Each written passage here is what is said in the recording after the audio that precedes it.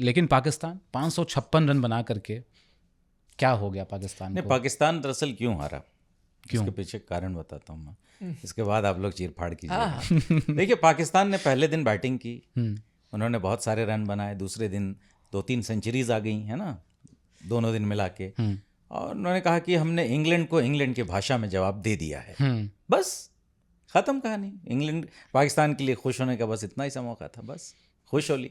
अच्छा, मुझे लगा आप गा कर बताओगे कुछ।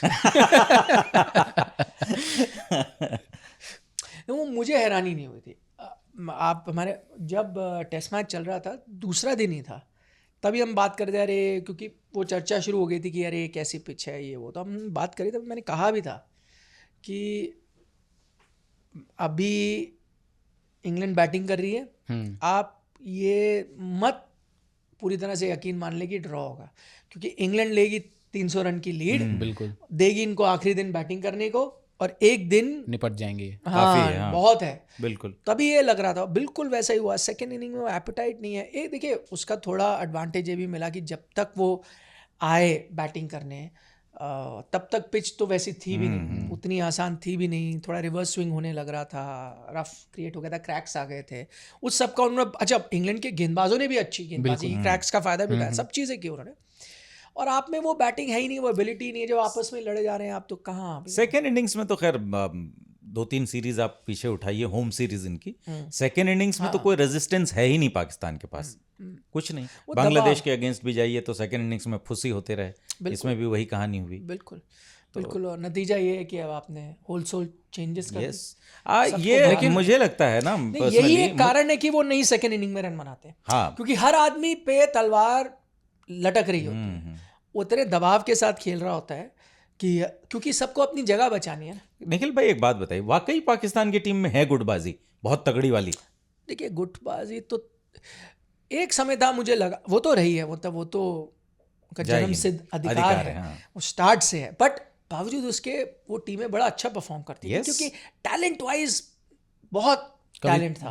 एक तो आप चीज़ माननी पड़ेगी कि क्रिकेट वैसा नहीं रहा है अब, मतलब मैं, ये तो लंबा डिस्कशन हो सकता है, बट आपको ये भी देखना होगा ना कि जिस देश में क्रिकेट ही नहीं हुआ इतने साल तक, टीमें ही नहीं आई, धीरे धीरे आपने कोशिश करी, उतना आपका एक्सपोजर नहीं है, डोमेस्टिक स्ट्रक्चर मैंने सुना है बुरे हाल में है, बुरे हाल में। पहले उनका वो कॉर्पोरेट स्ट्रक्चर बड़ा अच्छा होता था, PIA ये वो इन सब की टीमें हुआ करती थी, है ना, उनका बैंक की टीमें होती थी, एयरलाइंस की टीमें होती थी, वो बड़ा रोबस्ट होता था, बड़े बड़े प्लेयर खेलते थे। अब मैंने सुना है डोमेस्टिक क्रिकेट का बहुत बुरा हाल है, क्रिकेट नहीं, एंड सी, कुछ भी आप कहें, कंट्री की फाइनेंशियल कंडीशंस एंड क्रिकेट उससे जुड़ा होता है कहीं ना कहीं, तो एक चीज़ वो भी है। स्ट्रक्चर में क्या है, आप लगातार देखिए, इंडियन क्रिकेट का फ़ायदा ये है, मैं वही बताता हूँ, BCCI को हम कई बार कितनी आलोचना भी करते हैं, बट BCCI का एक फ़ायदा है, हमेशा स्टेबिलिटी रही है, प्लेयर आए प्लेयर जाए, क्रिकेट उस अंदाज में चलता रहेगा। अभी तो चलिए रिचेस्ट बोर्ड है, जब रिचेस्ट बोर्ड में नहीं था, एडमिनिस्ट्रेशन बहुत स्ट्रांग थी, तो एक प्लेयर वहाँ पे क्या है, जो सरकार आएगी उसका बंदा बैठेगा, तो इस अंदाज में इंडिया का ये फ़ायदा है, सरकारें आई गई, कुछ पॉलिटिशियंस भी आए BCCI में, लेकिन वो BCCI को उस तरह नहीं चला पाए जैसा वो चाहते थे, BCCI में वो उन्हें ढलना पड़ा, क्योंकि कॉन्स्टिट्यूशन आपकी इतनी स्ट्रांग। बिल्कुल नहीं, और क्रिकेट ऊपर है, सबसे ऊपर क्रिकेट है, बाकी की चीजें बाद में है। हाँ, यहाँ पर दूसरी बात, मैं तो आप देखें PCB में वहाँ प्राइम मिनिस्टर के पास हक है कि वो सीधा अपॉइंट कर सकता है, यहाँ पे आप सोसाइटी हो, मतलब मैं एग्जांपल देता हूँ क्यों ये स्ट्रक्चर स्ट्रांग है, क्योंकि डेमोक्रेटिकली बहुत स्ट्रांग है। आप कितने भी बड़ा नेता हो, फॉर एग्जांपल ये हम कई बार, मैं इसका जिक्र भी करता था और ये मैंने कवर भी किया था, इलेक्शन, BCCI के इलेक्शन बड़े मज़ेदार होते थे, पहले तो हम बहुत लॉन्ग कवरेज करते। शरद पवार जिसने अपनी लाइफ में कहीं इलेक्शन नहीं आ रहा, वो BCCI के इलेक्शन हार गए। तो इतना पावरफुल होने के बावजूद BCCI अलग तरीके से चलता है, BCCI का ढांचा बिल्कुल अलग है, इसलिए वो स्ट्रांग रहता है, कोई पॉलिटिशियन आके पूरी तरह से उसको कब्जा नहीं कर सकता। ये मतलब ये बहुत बड़ी बड़ी चीज़ें हैं, छोटी भी उनकी प्रॉब्लम्स हैं, उस पर एक और अलग एपिसोड। पाकिस्तान ने जो चेंजेस किए हैं, क्या लगता है कि ये कुछ फ़ायदा देगा उनको? फ़ायदा नहीं दे सकता, नुकसान ही करेगा।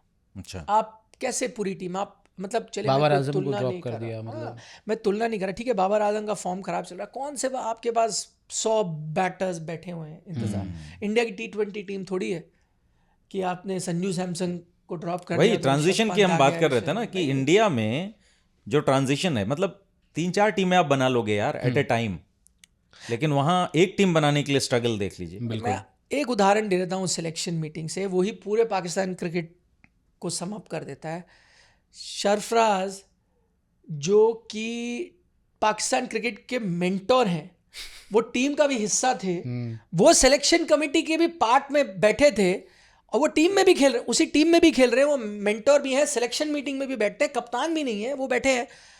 और सोचिए मतलब वो बैठे हैं उस मीटिंग में डिसाइड हुआ है कि बाबर और ये सब ड्रॉप होगा। वो मीटिंग खत्म हो जाती है, बाद में उनको पता चलता है वो भी ड्रॉप हो गए उसके। मतलब ऐसा नेक्स्ट लेवल है, ये मैंने कहीं नहीं देखा, ये पाकिस्तान में हो सकता है। आप बताएं, गजब। कोई प्लेइंग करंट प्लेयर कोई हो सकता है इंडिया में, जैसे फर्ज करें, अब मतलब अगर इंडिया के साथ तुलना करूं कि इस वक्त कप्तान आपके सूर्य कुमार यादव है या रोहित शर्मा है या जो भी है, मैंने ऋषभ पंत को मेंटोर बनाया हुआ है, इंडियन क्रिकेट का मेंटोर। और फिर जब सिलेक्शन मीटिंग होती है तो ऋषभ पंत उस सिलेक्शन मीटिंग में बैठते हैं, कप्तान भी नहीं है, और वो सिलेक्ट करते हैं, वो डिसाइड करते हैं कि हार्दिक पांड्या, रोहित शर्मा ड्रॉप हो जाएंगे और मैं भी, और वो ड्रॉप हो जाएंगे, और फिर बाद में उनको पता चलता है आप भी ड्रॉप वो मीटिंग में ऐसा हुआ है। हिपोक्रेसी की भी कोई सीमा होती है। क्विड प्रो मैक्स हो गया, क्विड प्रो को मैक्स अलग है, इसीलिए हालत ऐसी है वहाँ की। लेकिन मतलब आप कह रहे थे एक रीज़न पाकिस्तान का हारने का आपने बताया, लेकिन मुझे कुछ और पता चला है। जो सोशल मीडिया के लिखार लोग होते हैं ढूंढ करके लाए थे कि 556 का जो स्कोर है ना वही पनौती है। अच्छा, 3 बार ऐसा हुआ है कि टीमें 556 बनाई हैं और हार गई हैं। वाह भाई वाह। एक बार ऑस्ट्रेलिया के साथ भी हुआ था, इंडिया के खिलाफ 2003 में, एक बार बांग्लादेश ने किया था 2012 में वेस्ट इंडीज के अगेंस्ट, और तीसरी दफ़ा पाकिस्तान के साथ ही हुआ है। वाह, ये तो बहुत सही रीज़न आपने निकाला है। सही है।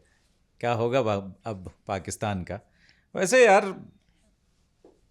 मेरे हिसाब से ना इनको भी ना नए लड़कों को ही लाना चाहिए, क्योंकि बड़े बहुत हो गए हैं पाकिस्तान में। ऑनेस्टली मैं कहूँ, जो मुझे दिखता है दूर से, ऑब्वियसली क्या हकीकत है वो तो वही जानेंगे, बट दूर से ऐसा लगता है कि कुछ प्लेयर्स ऐसे हैं जो क्रिकेट से बड़े हैं, कुछ प्लेयर्स ऐसे हैं जो फॉर ग्रांटेड लेते हैं चीज़ों को कि मैं तो बाबर आजम हूँ, मैं तो शाहिन शाह अफरीदी हूँ, मैं तो नसीम शाह नया सेंसेशन हूँ मैं।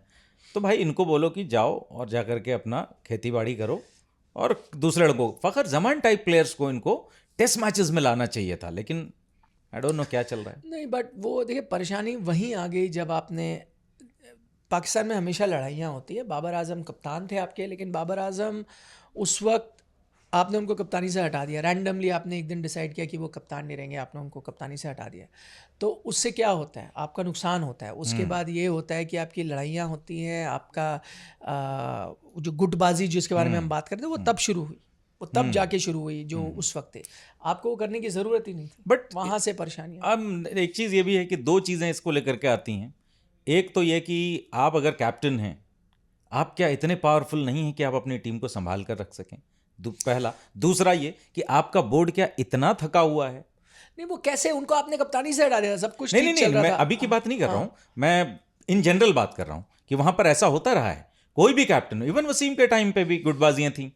हाँ, बट वो था ना, आपके पास टैलेंट उतना था, और उसके साथ टीम गुटबाजी जो भी थी मैदान पे जाके वैसा खेलते थे। अब आपने क्या किया, अब एक तो पहली बात तो टैलेंट वैसा नहीं, वो मैवरिक उस तरह के प्लेयर है ही नहीं कि वो मैदान पे जाके ऑन अ गिवन डे कुछ भी कर देंगे उस तरह की। हाँ, और वो वसीम तक बात है, आई थिंक जब तक शोएब, आसिफ तब तक ठीक भी था, मोहम्मद आमिर तक चला भी था उस तरह का era।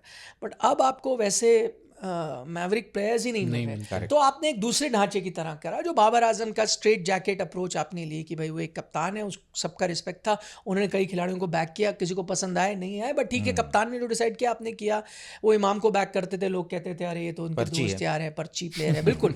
लेकिन पाकिस्तान क्रिकेट फिर भी बेहतर कर रहा था तब।